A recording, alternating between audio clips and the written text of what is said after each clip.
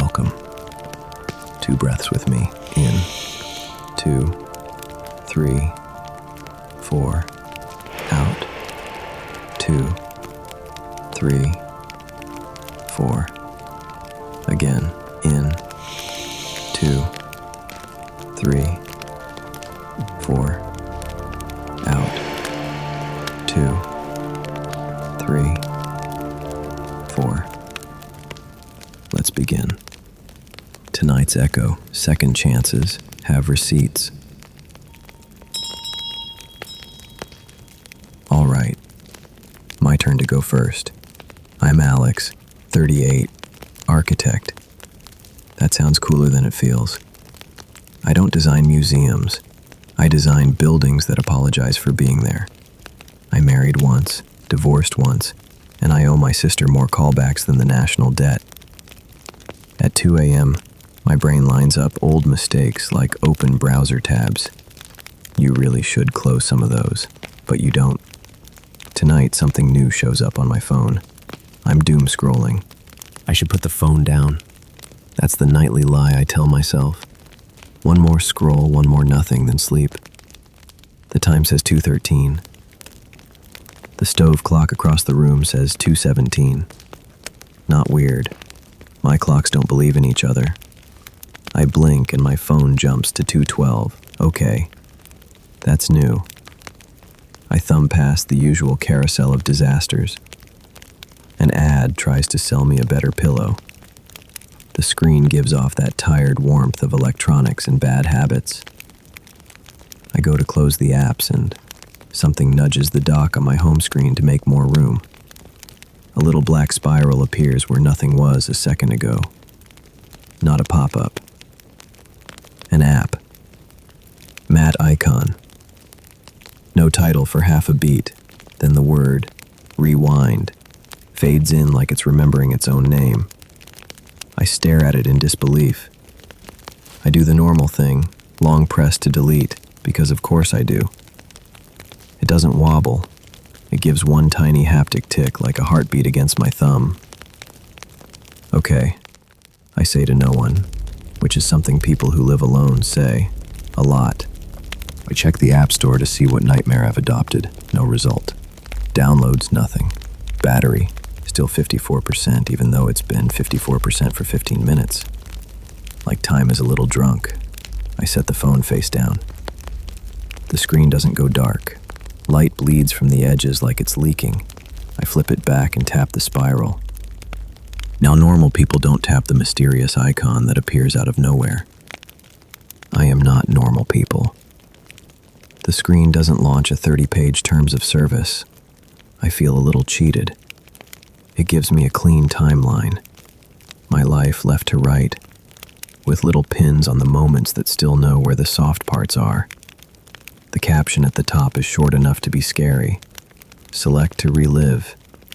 Changes are permanent. 1 rewind per night.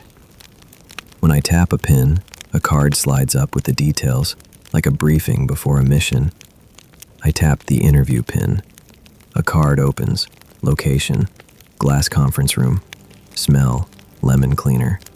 Mistake, undersold vision. Chance of improvement, high. I swipe to another card labeled Emma.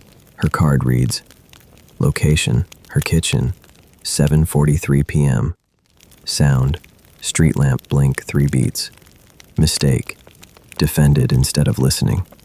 Collateral risk, unknown. It's simple.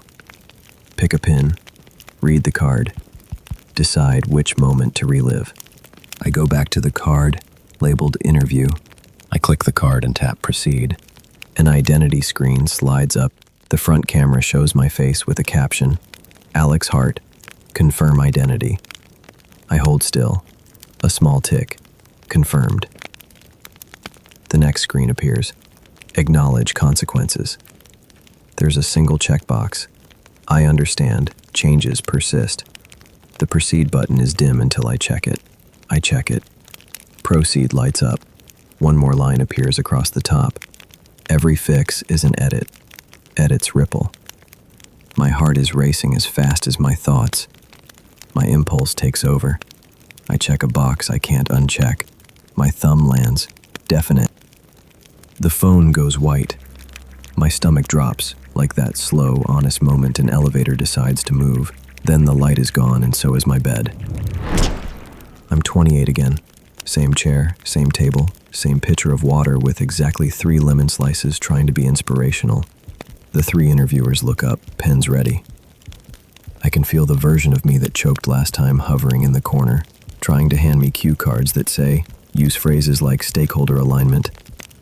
Not tonight. I open my portfolio and slide it across the shiny table.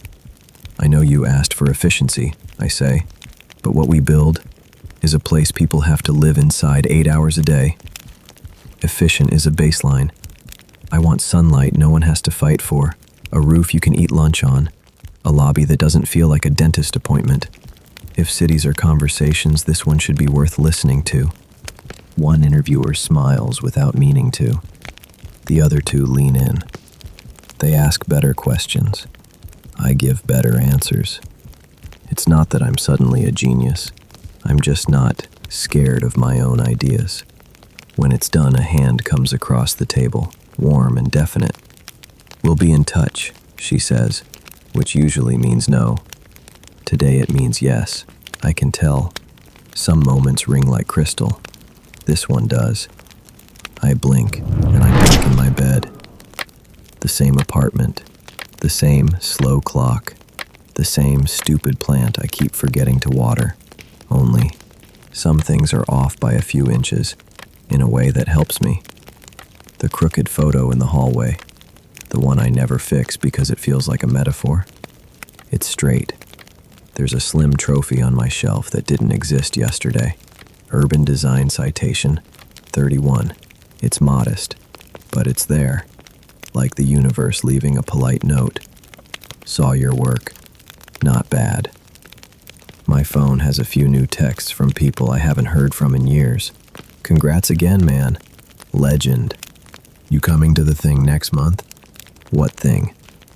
I scroll and realize, in this version of me, I showed up more often. I open my banking app. I don't want to, but I do. The number is higher. Not yacht money, but the kind that says, we can replace the dying plant and maybe the couch. I let out a sound I didn't know I was holding. A laugh, or a sob trying on a laugh's clothes. When I returned to the Rewind app, a simple bars appeared at the top, like a traffic ticket you can't argue with. Ripple detected. No confetti.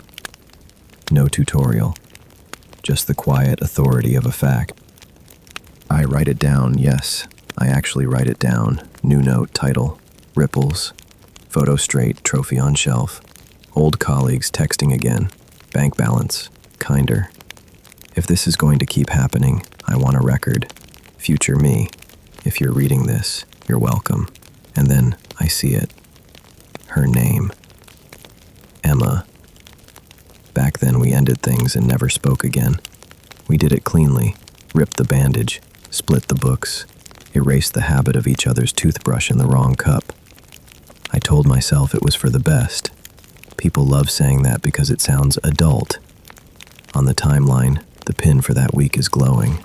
Quietly, but insistently. Select to relive. The app doesn't pester. It tempts. There's a difference.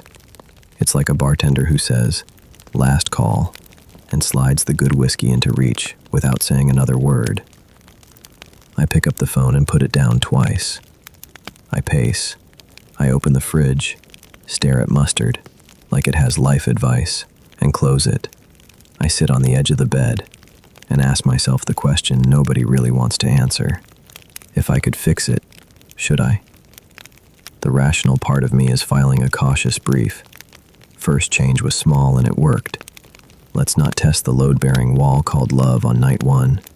The rest of me, the part that keeps old voicemails just to hear a laugh again, has other opinions. The app hums along, patient as a tide. At the top, ripple detected becomes ripple logged. Like it's saying, I saw that. Your move. Here's the thing they never tell you about second chances. They don't just offer a do-over, they offer a different you. The me that walked back into that interview room wasn't a superhero, he was just the version who spoke up, who believed the floor wouldn't collapse if he took one more step. That version ruined all my excuses in under 15 minutes, so now I'm looking at Emma's name and wondering which version of me she wanted and whether I ever let him out of the house. I scroll up, and there's one more quiet change the app didn't announce. On my calendar, next week has a little dot I've never seen before. When I tap it, a title appears, Award Gala, RSVP, yes. In the pictures folder, a new image I don't remember taking. Me in a suit that fits better, standing next to two people I admire so much it hurts. I'm there. I look tired in the good way, the way you look when something cost you and was worth it. It's intoxicating and dangerous. Those two often carpool. I flip back to Ripples and add a line. Calendar, Gala RSVP, yes. Then another. Confidence, louder. I don't know what the app is or who made it or why it chose permanent like it's daring me. I only know this. It works. And I know what you're thinking. Alex, don't do it. Don't tap the glowing X. I hear you. You're probably right. You might also listen tomorrow if I don't. That's the problem with What If. It's a puppy that scratches the door until you let it in. I set the phone face down on the nightstand. I don't tap. Not yet. I let the want sit there and be honest. The first win tastes like a promise. The next one might taste like a price. If there's a cost, I want to see it coming. The rain on the window picks up like the city is shushing me. I take one last look at Emma's name, bright and ordinary. I swear I can feel my pulse in my thumb. I'm not going to tell you I'm strong enough to wait a week. I'm not even confident about waiting a day. But I can wait one night, because I want you here when I do it. Witnesses are underrated. So, here's the plan. Tomorrow, we try something bigger. We go back to the conversation I blew not at a conference table, but at a kitchen counter. We'll see if a better version of me can look love in the eye and not blink. And if the app keeps score, if it takes something when it gives, we'll write that down too. For now, we sleep like people who made one brave choice and didn't ruin it immediately. We'll take the win. We'll keep the receipt. That's enough for tonight. See you back here tomorrow. Same time, same place.